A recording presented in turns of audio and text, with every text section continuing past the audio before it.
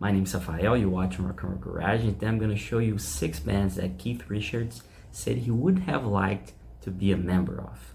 But first, please subscribe to the channel, like the video, and leave your comment. Well, Keith is one of the greatest guitarists of all time. He is part of one of the greatest bands of all time, one of the most successful and influential bands of all time, the Rolling Stones. But if he had the chance, he would have liked to have been a member of other bands. And he revealed which are 6 groups he wouldn't mind to be a member of if he had the chance. In an interview with Spin magazine back in 1986, and we selected what he said about some of these bands over the decades. And the first one that he mentioned was Elvis' original band, the Hillbilly Cats. And this is what he said to Spin: I could done with being one of Elvis' original band. And he has always been a huge fan of the lineup, which had the legendary guitarist Scotty Moore.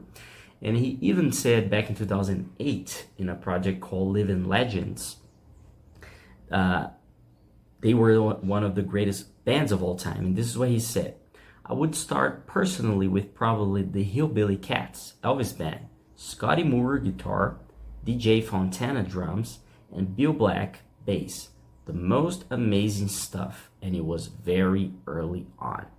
So this is what he said about Elvis' original band at the time, which was with him for really a good amount of years. Scotty Moore, for example, was Elvis' touring and studio guitarist from 1954 until 1968. And some critics even credit him for inventing the power chords in '57 in Jailhouse Rock. And unlike many people from that era, Richards was equally interested in Elvis, the frontman, the artist, the name of the band, but also in the band. He was really interested on the other artists. And this is what he said in an interview with Classic Album Series in 2001 that we transcribed. He hit it like a bombshell. It was like the world went from black and white to Technicolor. I guess they were the first white band that anybody heard of with a good lead singer that was saleable. They had the rhythm. The beautiful thing about Elvis was he sort of turned everybody into everybody and made people think maybe you can do it. I was just as interested in the band as I was in Elvis, so I just considered him to be part of it. You know, Bill Black, Scotty Moore, and DJ, because of the early ones, Elvis albums, didn't have drums on it. This is the funny thing, that he's the king of rock and roll, and some of his early records don't actually have drums. So this is what he said about Elvis and his original band. And the second band that he said he would have liked to have been a member of was Buddy Holly and the Crickets. He would have liked to have been a member of the Crickets. And they were the backup band for the influential Buddy Holly, who tragically died in an airplane crash back in 1959 at the age of 22. Which became known as the day that the music died, because besides him were also on the plane Richie Valens and the Big Popper, other 2 very influential and important rock and roll musicians from that era. But although he had a short career, he was a huge influence to Keith Richards and for other artists like the Beatles, for example. He was a huge inspiration for John Lennon, and Paul McCartney even said that at the time John Lennon used to wear glasses, but he was embarrassed to play with his glasses on. But when Buddy came to the scene and he was wearing those glasses, it made John Lennon have the guts, the courage to use his glasses while he was playing, so he could see what he was playing and see the audience, and etc. And in an interview with Rolling Stone magazine, they asked, not an interview actually, back in 2008, they asked a lot of famous artists, journalists, and critics, and a lot of other people to vote for the best singers of all time. And one of them was Keith Richards. He made a list. He sent it to Rolling Stone magazine, and they released the Keith Richards list afterwards. And he placed in position number 4 Buddy Holly, the 4th greatest vocalist of all time in his opinion. In front of Buddy, there were only 3 singers: Sam Cooke, position number 3, Jimmy Cliff, position number 2, and the greatest one of all time in his opinion, Aretha Franklin.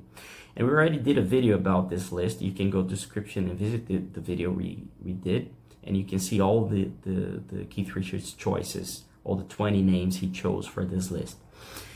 And the second one was Buddy Holly. We go to the third one, which is Little Richard, another one of the godfathers of rock and roll music.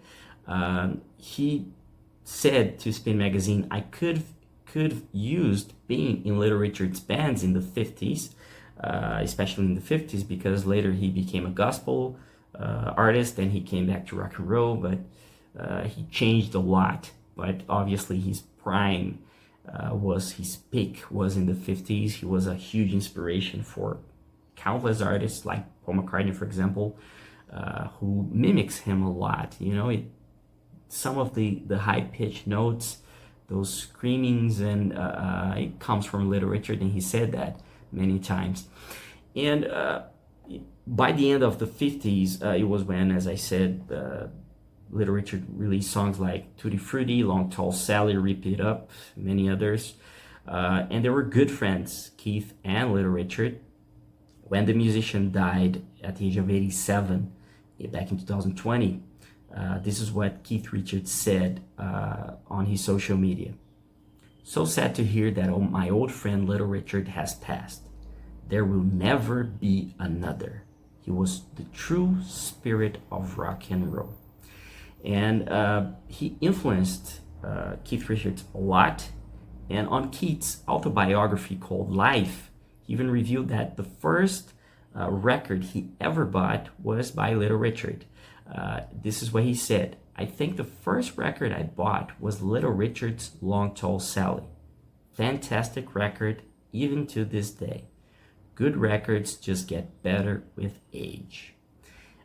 So that's what he said. And he even told Rolling Stone a few years ago that he believes that the first year of rock and roll music was 1956. That's when rock and roll music started for him.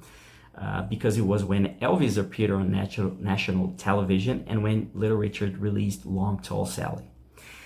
And the next one that he listed was Muddy Waters. And he said, I would love to have been in Muddy's band in the early 50s. And he was another musician that Keith admired a lot and was a good friend of it. They knew each other since around the 60s when the Rolling Stones visit the United States and went to record there. And he was really a huge influence to Keith. And there's a really interesting thing he told Guitar Player magazine in 1992 about Muddy. He said, he's my man. He's the guy I listened to. Maybe I just picked it up off of him. I recognize it. It was just the same as my drive. I felt an immediate affinity when I heard Muddy go. Picks up the guitar and plays the opening lick from Rolling Stone. You can't be harder than that. Man, he said it all right there. So I want to do this. What I want to do is be able to do that. And Keith had the chance to also perform with Muddy. The Rolling Stones performed with Muddy Waters a couple of times. And in 1981, for example, was one of those occasions in Chicago, 2 years before his death at the age of 70.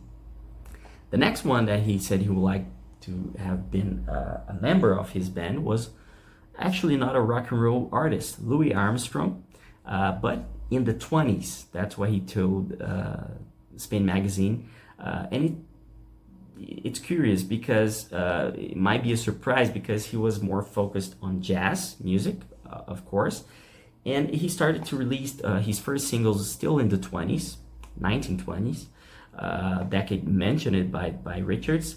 However, the biggest hit of Louis Armstrong is What a Wonderful World. But this song was actually only released in 1967. And he died a few years later in 1971 at the age of 69.